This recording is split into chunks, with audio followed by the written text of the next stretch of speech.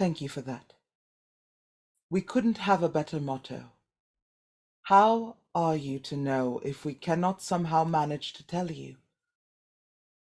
Well, I certainly didn't know before that the sergeants and policemen are instructed to deceive the people as to the time such cases are heard. You ask, and you're sent to Marlborough Police Court instead of to Marylebone. You're told that the case will be at 2 o'clock, and it's really called for 11. Well, I took a great deal of trouble, and I didn't believe what I was told. Yes, that's almost the first thing we have to learn.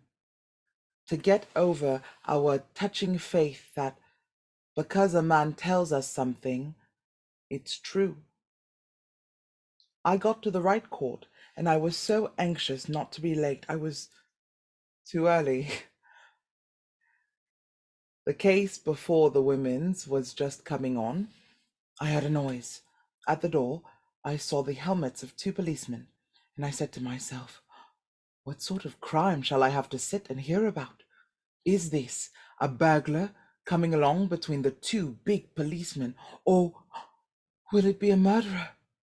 What sort of felon is to stand in the dock before the women whose crime is they ask for the vote?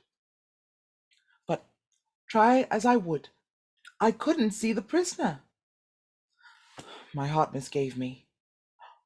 Is it a woman? I wondered. Then the policeman got nearer, and I saw a little, thin, half-starved boy. What do you think he was charged with? Stealing. What had he been stealing? That small criminal. Milk. It seemed to me, as I sat there looking on, that the men who had the affairs of the world in their hands from the beginning, and who've made so poor a business of it, so poor a business of it as to have the poor and the unemployed in the condition they are in today, when your only remedy for a starving child is to hale him off to the police court because he had managed to get a little milk. Well, I did wonder that the men refused to be helped with a problem they've so notoriously failed at. I began to say to myself, isn't it time the women lent a hand?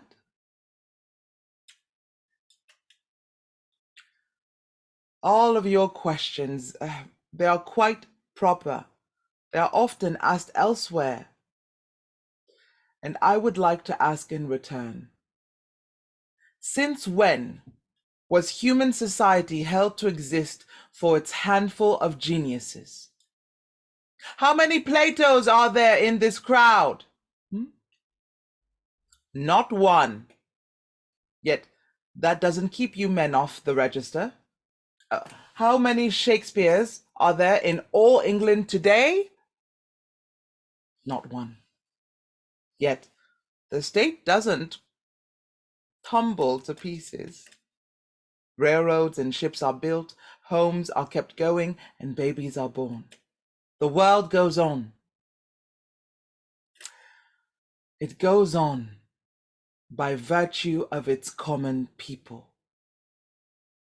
I am not concerned that you should think we women can paint great pictures or compose immortal music or write good books.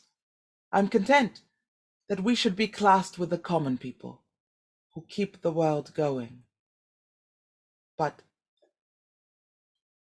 I'd like the world to go a great deal better. We were talking about justice.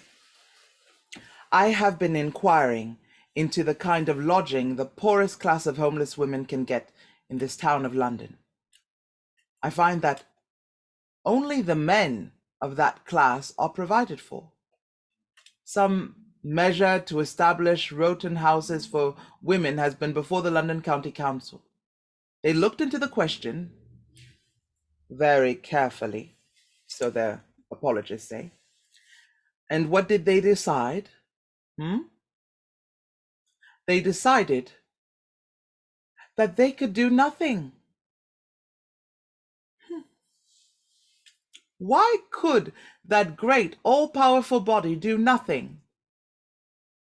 Because if these cheap and decent houses were opened, they said, the homeless women in the streets would make use of them.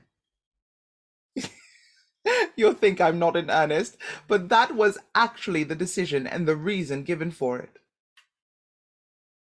Women that the bitter struggle for existence has forced into a life of horror. The outcast women might take advantage of the shelter these decent, cheap places offered. But the men, I said, are all who avail themselves of Lord Rowton's hostels, are they all angels? Or does wrongdoing in a man not matter? Yet women are recommended to depend on the chivalry of men. Justice and chivalry. They both remind me of what those of you who read the police court news, I've begun only lately to do that, but you've seen the accounts of the girl who's been tried in Manchester lately for the murder of her child. Not pleasant reading. Even if we'd noticed it, we wouldn't speak of it in my world.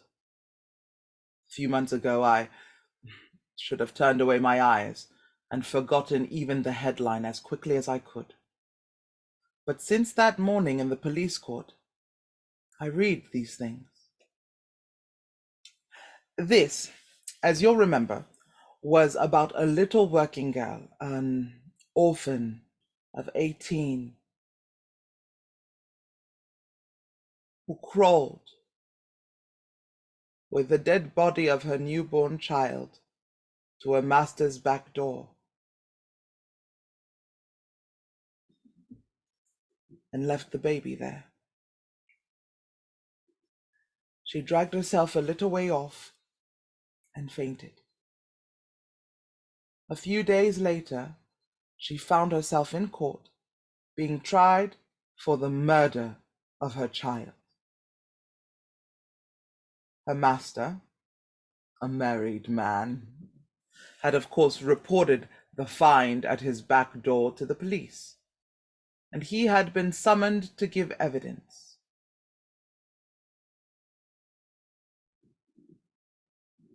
The girl cried out to him in the open court, "You are the father!" He couldn't deny it. The coroner, at the jury's request, censored the man and regretted that the law didn't make him responsible. But he went scot-free. And that girl? She is now serving her sentence in Strangeways jail. Men make boast that an English citizen is tried by his peers. What woman is tried by hers? A woman is arrested by a man, brought before a man judge, tried by a jury of men, condemned by men, taken to prison by a man, and by a man she's hanged. Where in all this were her peers? Why did men so long ago insist on trial by a jury of their peers? So that justice shouldn't miscarry, wasn't it? A man's peers would best understand his circumstances, his temptation, the degree of his guilt. Yet There's no such unlikeness between different classes of men as exists between man and woman. What man has the knowledge that makes him a fit judge of woman's deeds at that time of anguish, that hour,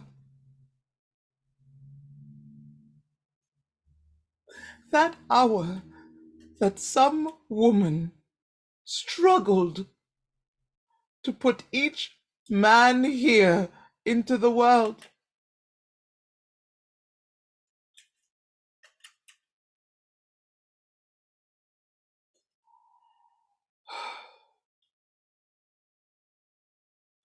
I noticed when a previous speaker quoted the Labour Party, you applauded.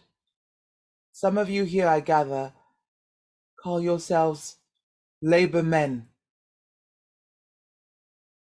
Every woman who has borne a child is a Labour woman. No man among you can judge what she goes through in her hour of darkness.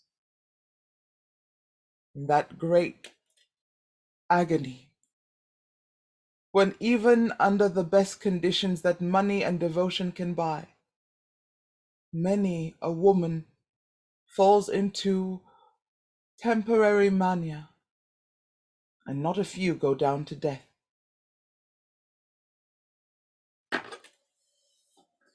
In the case of this poor little abandoned working girl, what man can be the fit judge of her deeds in that awful moment of half-crazed temptation?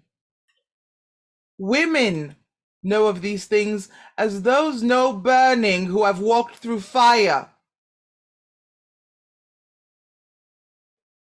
I would say in conclusion to the women here, it's not enough to be sorry for these our unfortunate sisters. We must get the conditions of life made fairer.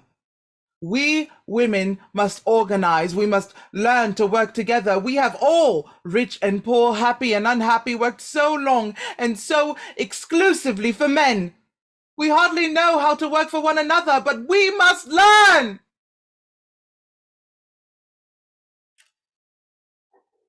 Those who can may give money.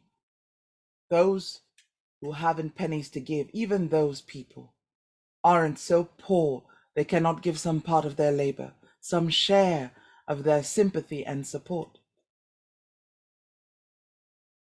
I hope you'll all join the union. Come up after the meeting and give your names. And if I do not get many men, then it's to the women I appeal. I don't mean to say that it wouldn't be better if men and women did this work together, shoulder to shoulder. But the mass of men won't have it so. I only hope they'll realize in time the good they've renounced and the spirit they've aroused. For I know as well as any man could tell me, it would be a bad day for England if all women felt about all men as I do.